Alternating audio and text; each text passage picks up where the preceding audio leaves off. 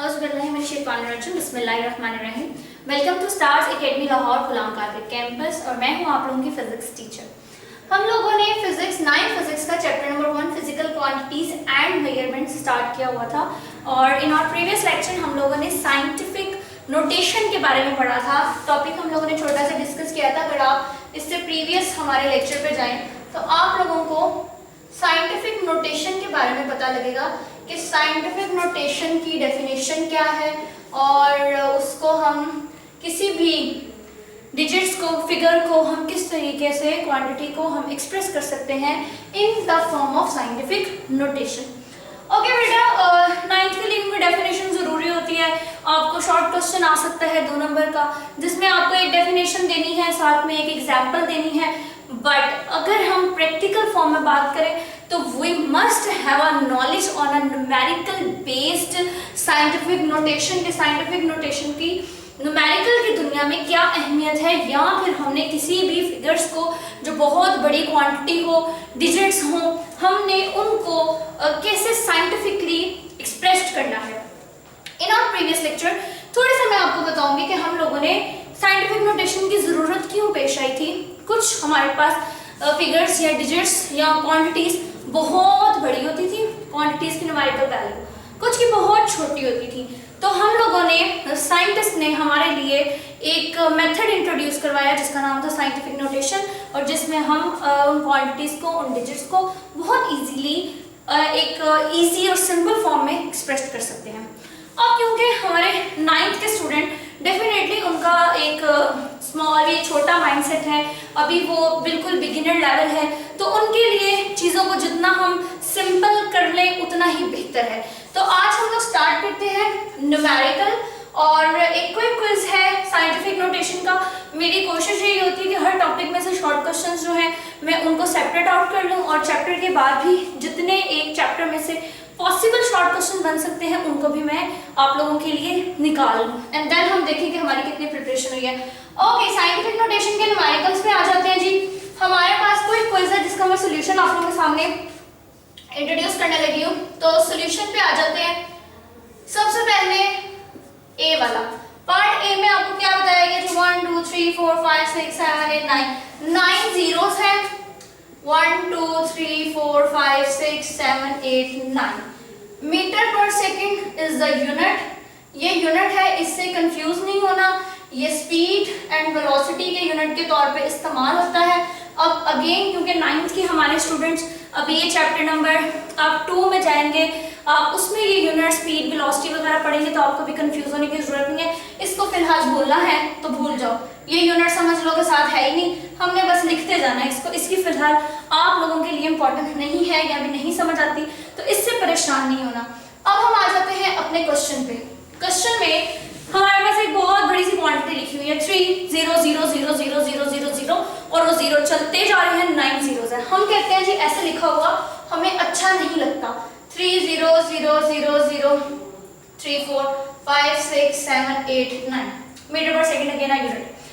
सबसे पहले अगर आप मेरा प्रीवियस लेक्चर रिकॉल करें, सबसे पहले मैंने आप लोगों को कहा था आपने पॉइंट को आइडेंटिफाई करना है। डेसिमल प्लेस जिसे कहा जाता है, जिसे हम पॉइंट कहते हैं। You must identify that point. अब मैंने उस पॉइंट को कहाँ पे आइडेंटिफाई किया है? यहाँ इस पूरे क्वेश्चन में क्या मुझे पॉइंट नजर आ रहा है, डेसिमल प्लेस नजर आ रही है? नो, मुझे कहीं पे पॉइंट नजर नहीं आ रहा। तो मैंने क्या किया है, पॉइंट कहाँ पे होगा? एंड पे होगा। कहाँ एंड पे होगा? यहाँ पे होगा। अब यहाँ से मुझे पॉइंट को कहाँ मूव करना पड़ेगा? स्टार्ट पे ले जाएं, और कहाँ हमें ब्रेक लगानी है? जहाँ पे 1 नॉन जीरो डिजिट रह जाएगा हम वहाँ ब्रेक लगा देंगे। Non zero digit, okay, not zero. आप मूव करना स्टार्ट करें। 1 2 3 4 5 6 7 8 9 हो गया। अब पॉइंट को उठाएं, 3.0 into 10 raised to power 9। Units are as it is लिख दें, मीटर पर सेकेंड।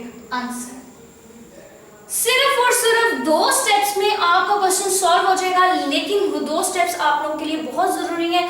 फर्स्ट वन, आइडेंटिफाई कर ले पॉइंट है, पॉइंट अगर नहीं है पॉइंट को आप मूव करवाएं, ड्रैग करवाएं बहुत easily, like a step 1 2 3 4 count करते हुए जाएं और रोक दें। जहां नॉन जीरो डिजिट आ गया है, फर्स्ट नॉन जीरो डिजिट सिर्फ यहाँ पे रह गया, वहां जाके आप रोक दें काउंट करके इन टू 10 रेज़ टू पावर, जितने आपने स्टेप्स मूव किए आप उसे लिख दें आंसर। पार्ट 2 भी सेम मैं आप लोगों के सामने सॉल्व करूंगी और होप सो कि पार्ट 2 आप इजीली जो है वो कर सकेंगे, उसको ज्यादा टाइम नहीं लगेगा। 6 4 0 0 0 0 0 आई गेस 5 है, 1 2 3 4 5 1 2 3 4 5 मीटर। अब आप सॉल्व करना शुरू करें। Again metre is a unit, length का यूनिट है, लेकिन अगर फिलहाल आपको इसकी समझ नहीं भी आती आप इसको कुछ ना कहें। पॉइंट है नहीं है, कहां पे होगा, लास्ट पे होगा। मूव करवाएंगे, करवाएं जी मूव।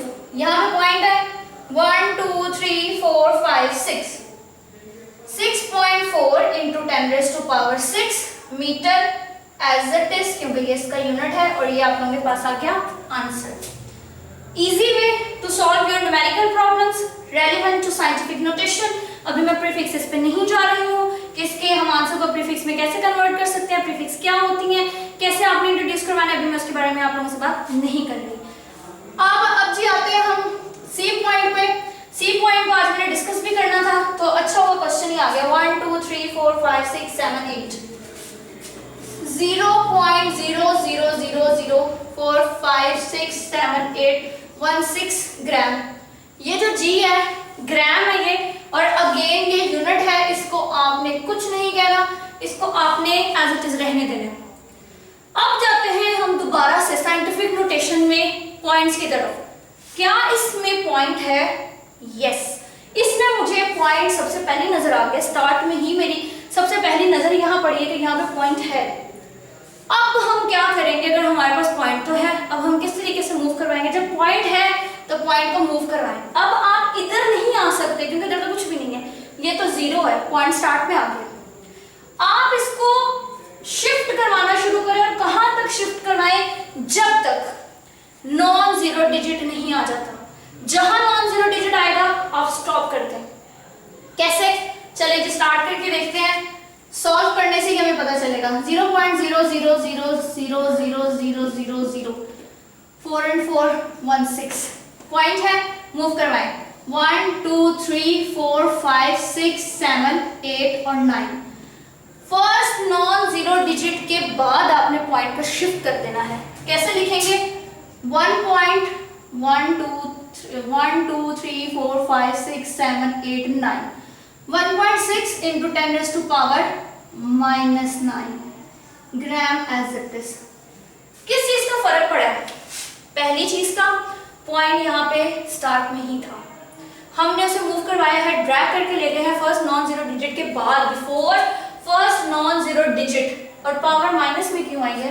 क्योंकि हमारे पास पॉइंट, एक सिंपल सी बात याद कर लेना, 9 के बच्चे वैसे भी ट्रिक्स में बहुत बिलीव करते हैं, ये इसकी शॉर्ट ट्रिक क्या होगी, इसको ऐसे कैसे याद किया जाए, तो उसको वैसे कैसे याद किया जाए। तो उनके लिए बेटा जब पॉइंट आपके सामने आ जाए और इस तरह स्टार्टिंग में जीरोस हो, आपकी पावर माइनस होगी।